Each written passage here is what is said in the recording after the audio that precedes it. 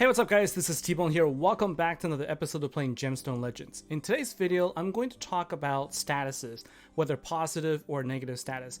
Gemstone Legends really is a game where you want to pay attention to the statuses that your heroes can inflict or what they can boost your heroes with. And so today I'm going to talk about how they work, how the turn counters work, and also what the post-patch changes to damage over time type of status such as bleed, burn, and poison, and how they work. So I'm going to talk about them, and I'm going to use a fight to also show you how it works. So let's take a look. To understand how statuses work, you can take a look by going to the heroes page, and if you click on the informational web help, then you scroll down, there will be a whole section just on statuses. And if you take a look at the status here, it also explains how a turn works. Okay, so if you kind of read through here, I'll just highlight this part where it says, in Gemstone Legends, a turn is as follows: a new turn begins, a hero imposes a status, a hero attacks by connecting gemstones, then the turn ends, and then the status turn counter for ally or enemy heroes is reduced by 1, and damage is dealt or healed if applicable, and then the new turn begins. And then it also talks about some statuses can be overlapped while some just gets extended, but the new thing that is here that is post-patch is the paragraph that says some statuses are effective at the beginning of the turn, such as burn, poison, bleed, recovery, soul replenish, curse, increase speed, and decrease speed. So what does that mean? Well, what we're going to do is we're going to go through a fight so that it can be explained in more detail. So let's go check it out. So to explain how all of these statuses work and how they work in turns, I think, so I'm just going to be doing this in a Rift fight. And what you see here is I already have all of my heroes' statuses available. I have Alexander that's taunt, and then I have Kusai with poison as well as vulnerability and other debuffs. We have Jumoke that does bleed, and Lurkar for burn, and then Premislav for mana choke. So what I'm going to show you here is two things. Number one, when you activate your active skill that lasts for several turns, for example, Alexander, he's going to cast both taunt and also increase defense, and then you can see a number right next to the status there, so with a number 4.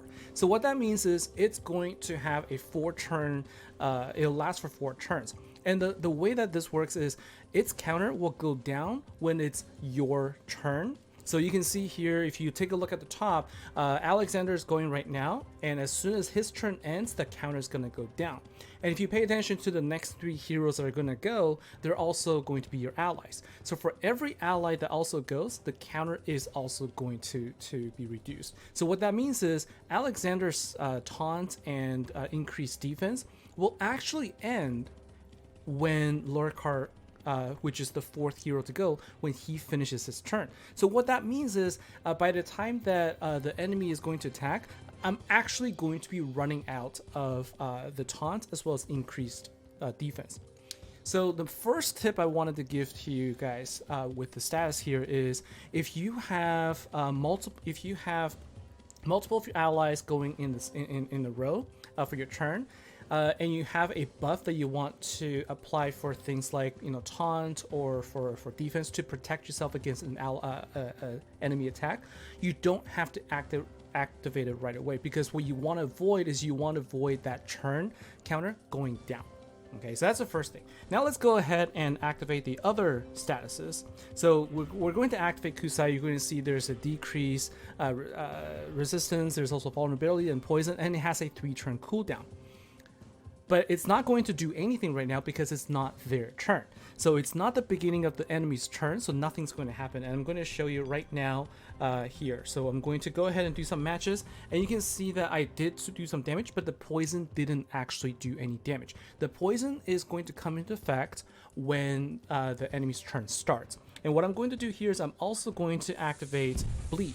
So bleed has exactly the same mechanics, where it will have a 3-turn cooldown or a 3-turn timer, and then it doesn't actually deal any damage until the beginning of the turn of the enemy. And I'm also going to activate Lurkar, same idea. I'm actually going to end up killing one of the enemies here, but we have burn here. Okay, and then what we're going to do is we're going to just go ahead and do our matches here to end the turn. And you can pay attention to Alexander. So you can see that Alexander on the far left here, his buff is going down after each turn because it is still our ally's turn. Okay, so as I mentioned before, after Lurker completes his action, we're actually going to run out of our taunt, which is not what you want. All right, you actually want to make sure that you can use your taunt. You want to make sure that you can use your taunt when the enemy's attacking. And you'll notice too that the combination of the burn, the poison, and the bleed took effect, and we ended up killing an enemy. So what we're going to do is we're going to continue to just do some matches here. And then we're going to see that the burn and the bleed and the poison are still in effect. It's not going down, and we're just going to quickly go and do our matches so that we can see what happens. See what happens here. So we're going to do our turns quickly, and then my suggestion is, if you have a, kind of like in a situation, often in rift fights, you will be able to have multiple turns before the enemy goes. Wait until the last turn before activating your tank. Okay, so in this case, what I'm going to do is I'm going to activate my Alexander just before the enemy is about to attack, and this way my taunt will still be in place, and he'll be able to do what I want him to do, and that is he will be shielding for all the attacks. And you can see here we are getting the damage applied to the enemy here from the burn and bleed and poison, and so you can sort of see how this all works. So you can stack them all up against your enemy, and then you could then wait for it to activate.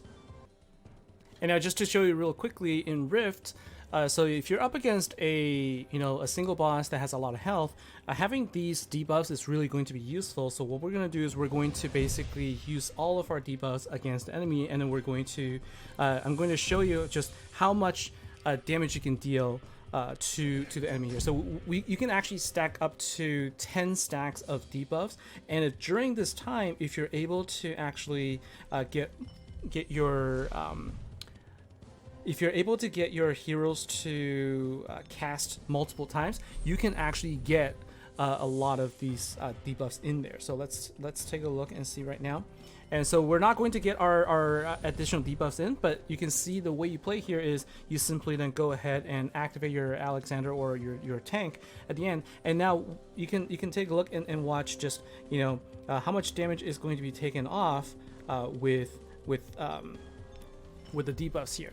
So with the bosses that have a lot of health, you can see here every turn it's going to get more damage taken off at the very beginning, and you can't really avoid it. If you get hit by it at the beginning of your turn, you are going to lose health.